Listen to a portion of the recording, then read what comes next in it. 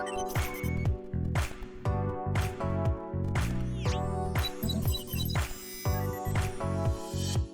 team, thanks so much for coming to this training. This specific video is designed to teach you how to roster your students in Google Classroom.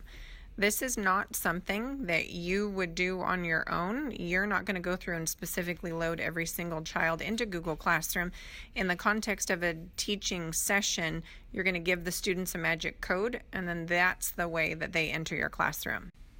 Now, this process would happen one of a few ways. Either you have laptops inside of your classroom, or you have access to a cart, so laptops are going to come to you. Your other option is taking your students into the tech lab.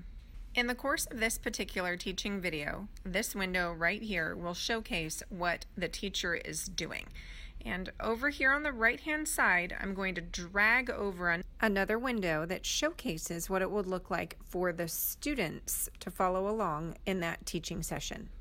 As the teacher, you are going to display the magic code so that students have access to that code in order to enter your classroom. That magic code is located right here. This broken square allows you to magnify that code so that people can see it easily. Some teachers might say that it's irrelevant to go through the process of clicking that broken square twice. Some teachers will simply use an expo marker and write it on the whiteboard, and that is an absolutely viable solution as well.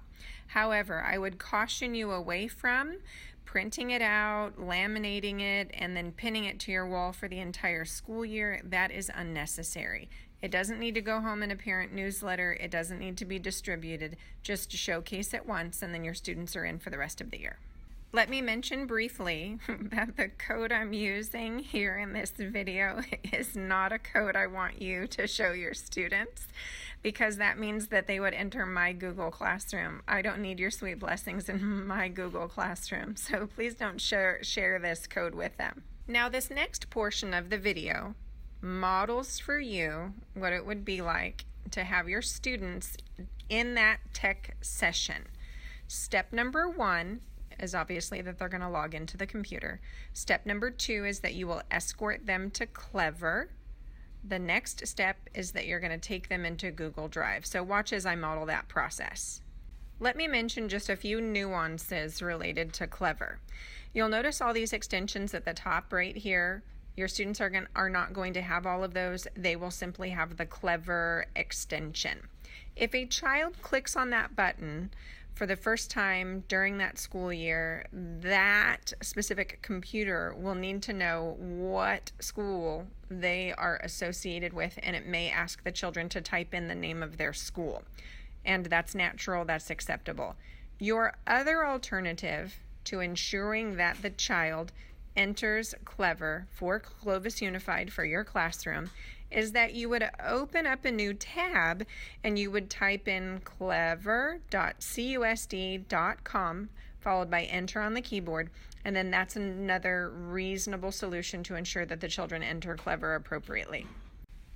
Once the children are in Clever, you will come over here to Google Drive. Let me remind you that Google Drive inside Clever does not work for teachers. Clever is specifically designed for students, so not every button will work appropriately for teachers.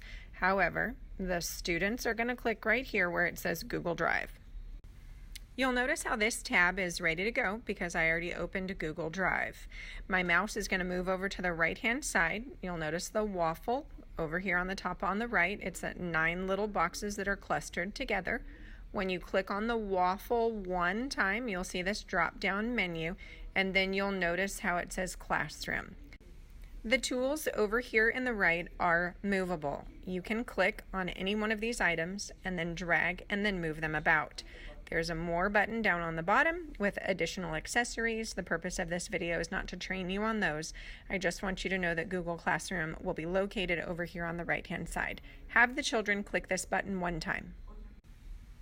If you are working with a child who is brand new to Clovis Unified or they have never entered the Google products before, there will be a few buttons that are unique to their experience. Google is going to ask them to accept policies. It's standard that all of the children do that. Once the child enters Google Classroom, it will also at some point in time verify that that indeed is the correct person.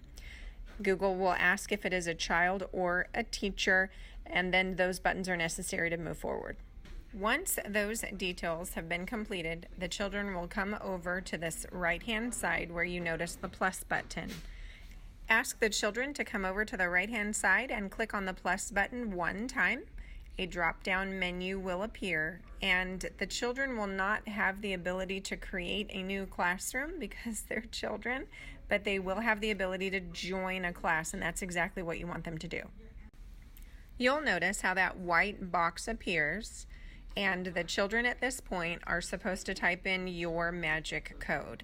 So please make sure that the class has access to it because you either wrote it on the board or you're projecting it, and then have all of the children type it correctly. From there, they will either click the join button or they will press enter on the keyboard. For the children, just make sure that everything has been typed correctly. There should be no capital letters, or at least in 2019 there were no capital letters. The only hiccups usually are, is it an O or is it a 0? Those are usually the two questions I have to ask myself. Let me clarify and then say again, the children will not enter this code at all again, ever, during the entire school year. So nobody needs to memorize it. From here, they're good.